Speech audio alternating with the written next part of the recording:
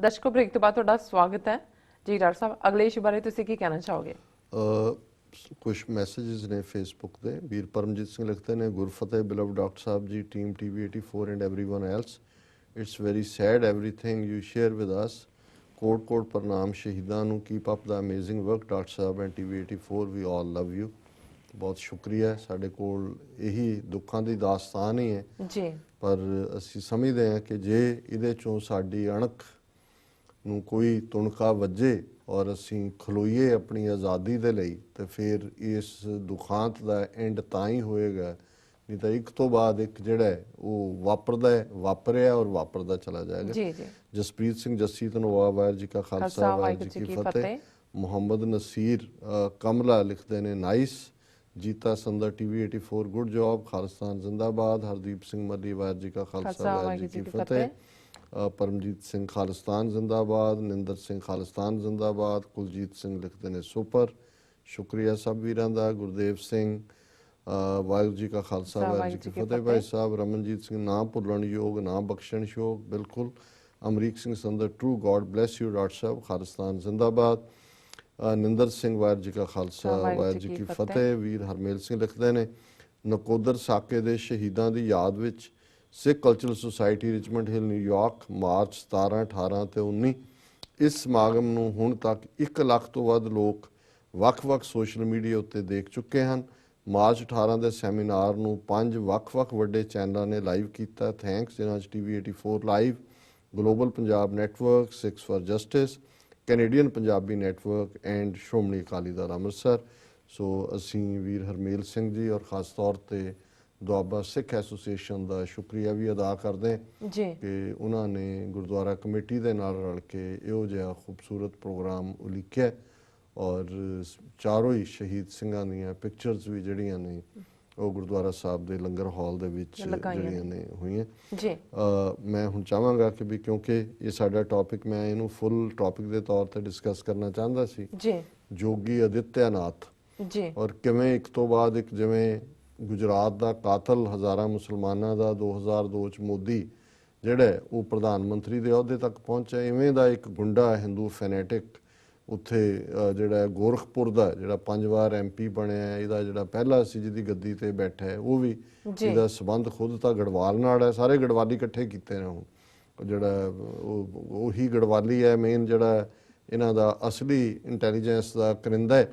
ਔਰ ਫੌਜੀ ਚੀਫ ਵੀ ਰਾਵਤ ਜਿਹੜਾ ਹੈ ਉੱਥੋਂ ਦਾ ਲਿਆਂਦਾ ਹੈ ਔਰ ਅਜੀਤ ਡੋਵਲ ਉਹਦਾ ਸੰਬੰਧ ਵੀ ਉਹਦੇ ਨਾਲ ਹੈ ਔਰ ਇਹ ਵੀ ਉਸ ਗੜਵਾਲ ਰੀਜਨ ਦਾ ਹੀ ਘਰੋਂ ਜਿਹੜਾ ਉਹ ਇੱਥੇ ਆ ਕੇ ਜੋਗੀ ਬਣਿਆ ਹੋਇਆ। ਔਰ ਉਹਨੇ ਇਹ ਜਦੋਂ MP ਸੀ 2015 ਚ ਨੇ ਕਹੀ ਸੀ ਗੱਲ ਪਾਰਲੀਮੈਂਟ ਦੇ ਵਿੱਚ, ਉਹਨੇ ਕਿਹਾ कि अगर जब हमारा वक्त आएगा हम भारत की सारी मस्जिदों में गौरी और शंकर की मूर्तियां स्थापित कर देंगे जी। और उन्हें हुण की कीता है, सौ लैंड तक पहुंचण तक किवें होया।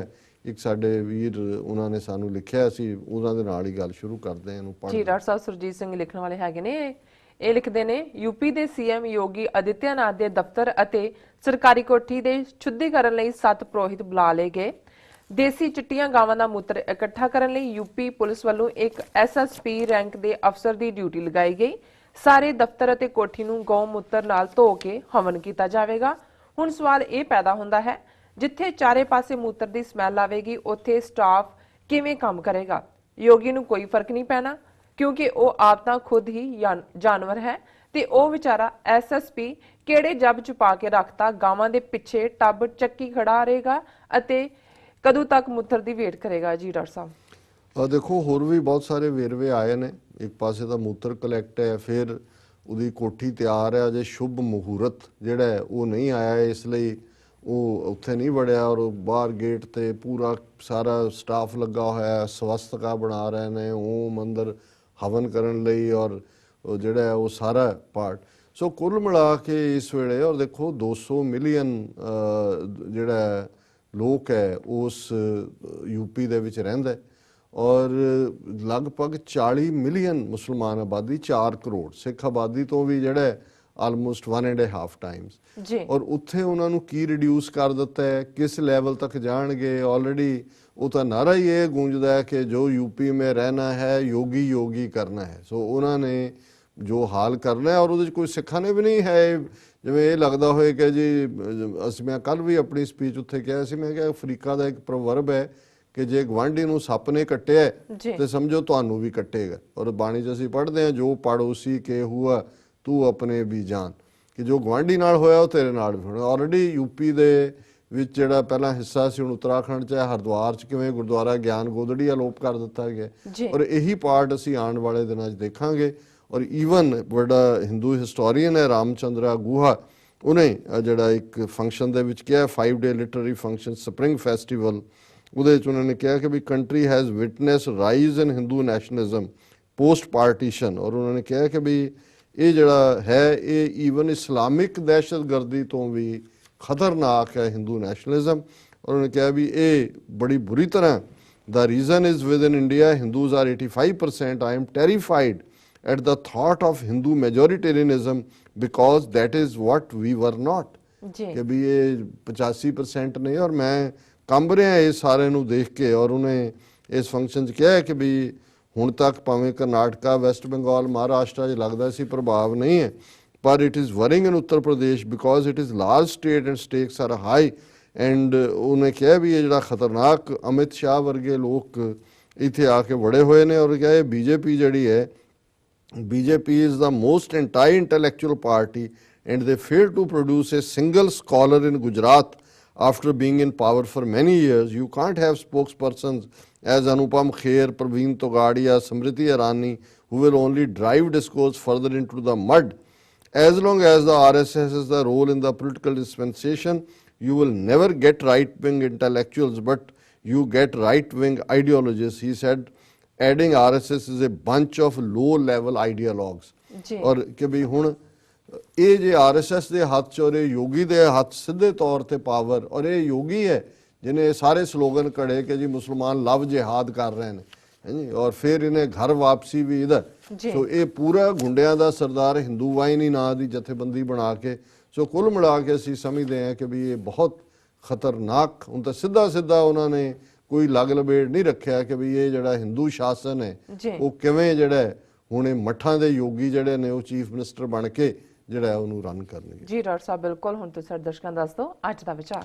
ਅੱਜ ਦੇ ਵਿਚਾਰ ਲਈ ਅਸੀਂ ਭਾਈ ਗੁਰਦਾਸ ਜੀ ਦੇ ਕਵਿਤ ਨੰਬਰ 169 ਨੂੰ ਚੁਣੇ ਜੀ। ਇਹ ਜਿਵੇਂ ਅਸੀਂ ਅੱਗੇ ਦੱਸਦੇ ਹਾਂ ਕਿ ਬ੍ਰਿਜ ਭਾਸ਼ਾ ਦੇ ਵਿੱਚ ਹੈ, ਔਰ ਬਹੁਤ ਜਿਹੜਾ ਵਿਜ਼ਡਮ ਸਿਆਣਪ ਨਾਲ ਇੱਕ ਇੱਕ ਗੱਲ ਭਰੀ ਹੋਈ। ਭਾਈ ਗੁਰਦਾਸ ਡਿਵਾਊਟ ਗੁਰਸਿੱਖ ਜਿਹੜੇ ਗੁਰੂ ਪਿਆਰ 'ਚ ਰੰਗੇ ਹੋਏ ਨੇ, ਔਰ ਉਹ ਸਾਨੂੰ ਟੇਸਟ ਦਿੰਦੇ ਨੇ ਕਿ ਭਾਈ ਜੇ ਗੁਰੂ ਵੱਲ ਅਸੀਂ ਮੁੜੀਏ, ਅਕਾਲ ਪੁਰਖ ਦੇ ਨਾਲ ਸਾਡੀ ਪ੍ਰੀਤ ਹੋਏ ਤੇ ਸਾਡੇ ਜੀਵਨ ਦੇ ਵਿੱਚ ਕੀ ਤਬਦੀਲੀ ਹੋਏਗੀ।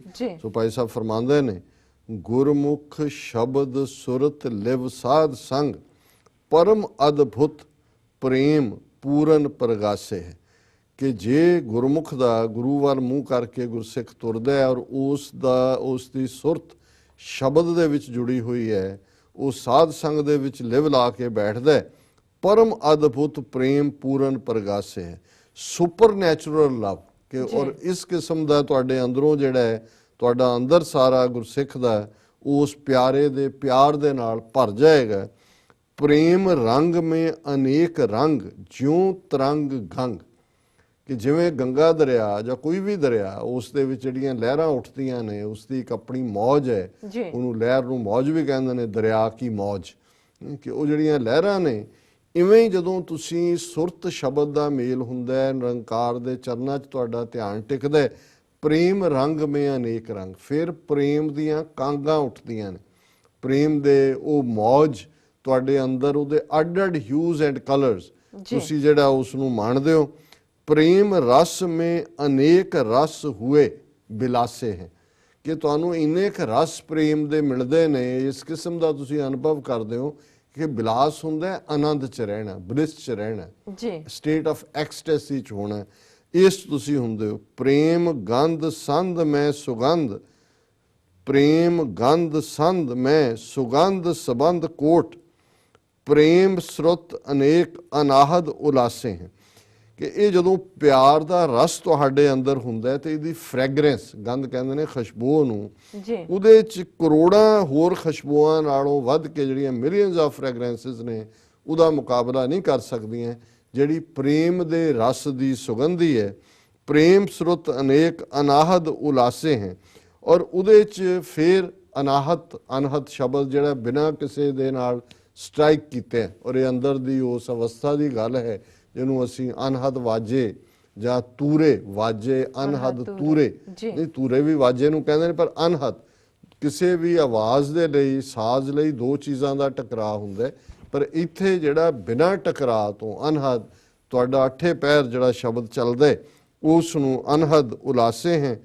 ਪ੍ਰੇਮ ਅਸਪਰਸ ਕੋਮਲਤਾ ਸੀਤਲਤਾ ਕੇ ਅਕਥ ਕਥਾ ਬਿਨੋਦ ਬਿਸਮ ਵਿਸਵਾਸੇ ਹੈ। ਔਰ ਜਿਹੜਾ ਇਸ ਪ੍ਰੇਮ ਰਸ ਦੇ ਵਿੱਚ ਫਿਰ ਰੰਗ ਜਾਂਦਾ ਹੈ ਉਸ ਦਾ ਹਿਰਦਾ ਇਸ ਕਦਰ ਕੋਮਲਤਾ ਔਰ ਸੀਤਲਤਾ ਦੇ ਨਾਲ, ਸੈਂਸਿਟੀਵਿਟੀ, ਕੂਲਨੈਸ ਦੇ ਨਾਲ ਭਰ ਜਾਂਦਾ ਹੈ ਜਿਹਦਾ ਕੋਈ ਮੁਕਾਬਲਾ ਹੀ ਨਹੀਂ ਕਰ ਸਕਦਾ। ਕਿ ਵੀ ਉਹ ਪ੍ਰੇਮ ਦਾ ਰਸ ਹੈ। ਅਕਥ ਕਥਾ ਉਸ ਦੀ ਜਿਹੜੀ ਉਸ ਦੀਆਂ ਬਲੈਸਿੰਗਸ ਨੇ ਉਹਨੂੰ ਤੁਸੀਂ ਕਥਨ ਨਹੀਂ ਕਰ ਸਕਦੇ। ਅਕਥ ਹੁੰਦਾ ਹੈ ਇਨਡੈਸਕ੍ਰਿਪੇਬਲ, ਕਿ ਉਹਨੂੰ ਤੁਸੀਂ ਡਿਸਕ੍ਰਾਈਬ ਨਹੀਂ ਕਰ ਸਕਦੇ ਔਰ ਉਸ ਦੇ ਆਨੰਦ ਨੂੰ ਮਾਣ ਸਕਦੇ ਹੋ। ਔਰ ਉਸ ਬਿਸਮ ਵਿਸਵਾਸੇ ਹੈ। ਔਰ ਉਹ ਜਿਹੜਾ ਬਿਸਮ ਵੀ ਅਦਭੁਤ ਦੇ ਲਈ ਸ਼ਬਦ ਹੁੰਦਾ ਹੈ ਕਿ ਉਹਦੇ ਅੰਦਰ ਫੇਥ ਵੀ ਇੰਨਾ ਕੁ ਬਣ ਜਾਂਦਾ ਹੈ ਰੱਬ ਦੇ ਲਈ। ਔਰ ਉਸ ਦੇ ਅੰਦਰ ਪ੍ਰੇਮ ਦੀਆਂ ਤਰੰਗਾਂ ਹੁੰਦੀਆਂ ਨੇ ਜਿਵੇਂ ਦਰਿਆ ਦੀ ਮੌਜ ਹੁੰਦੀ ਹੈ। ਔਰ ਉਸ ਦੇ ਅੰਦਰ ਸੀਤਲਤਾ ਹੁੰਦੀ ਹੈ, ਸੰਵੇਦਨਸ਼ੀਲਤਾ ਹੁੰਦੀ ਹੈ, ਆਨੰਦ ਹੁੰਦਾ ਹੈ। ਔਰ ਉਹ ਜਿਹੜਾ ਪਰਮ ਅਦਭੁਤ ਉਹ ਜਿਹੜਾ ਪਿਆਰ ਹੈ ਉਸ ਦੇ ਨਾਲ ਪੂਰਨ ਪ੍ਰਗਾਸੇ ਹੈ। ਉਹ ਤੁਰ ਅੰਦਰ ਤੱਕ ਜਿਹੜਾ ਹੈ ਨੱਕੋ ਨੱਕ ਉਹਦੀ ਪ੍ਰੀਤ ਦੇ ਵਿੱਚ ਭਰਿਆ ਹੁੰਦਾ ਹੈ। ਇਹ ਅੱਜ ਦਾ ਵਿਚਾਰ ਹੈ ਜੀ। ਡਾਕਟਰ ਸਾਹਿਬ ਤੁਹਾਡਾ ਬਹੁਤ ਬਹੁਤ ਸ਼ੁਕਰੀਆ। ਤੁਸੀਂ ਅੱਜ ਦੇ ਅਹਿਮ ਇਸ਼ੂ ਤੇ ਅੱਜ ਦਾ ਵਿਚਾਰ ਸਾਡੇ ਦਰਸ਼ਕਾਂ ਨਾਲ ਸਾਂਝਾ ਕੀਤਾ। ਇਸ ਨਾਲ ਆਪਣੇ ਵਿਊਅਰਸ ਕੋਲ ਨੇ ਇਜਾਜ਼ਤ। ਵਿਊਅਰਸ, ਸਾਡੇ ਪ੍ਰੋਗਰਾਮ ਦਾ ਸਮਾਂ ਇੱਥੇ ਸਮਾਪਤ ਹੁੰਦਾ ਹੈ। ਤੁਸੀਂ ਆਪਣੀ ਰਾਏ ਤੇ ਸੁਝਾਅ ਸਾਨੂੰ ਭੇਜਣਾ ਭੁੱਲਣਾ ਸਾਡੇ ਇਸ ਪਤੇ ਤੇ sos@tvh4.tv ਤੇ ਅਸੀਂ ਆਪਣਾ ਪ੍ਰੋਗਰਾਮ ਲੈ ਕੇ ਫਿਰ ਦੁਬਾਰਾ ਤੁਹਾਡੇ ਸਾਹਮਣੇ ਹੋਵਾਂਗੇ। ਤਦ ਤੱਕ ਲਈ ਮੈਨੂੰ ਤੇ ਮੇਰਾ ਸੁਣਾ ਗਿਆ ਦੋ ਦੇਖਦੇ ਰਹੋ TV84। ਬੁਲਾ ਦਿਓ ਫਤਿਹ। ਵਾਹਿਗੁਰੂ ਜੀ ਕਾ ਖਾਲਸਾ, ਵਾਹਿਗੁਰੂ ਜੀ ਕੀ ਫਤਿਹ।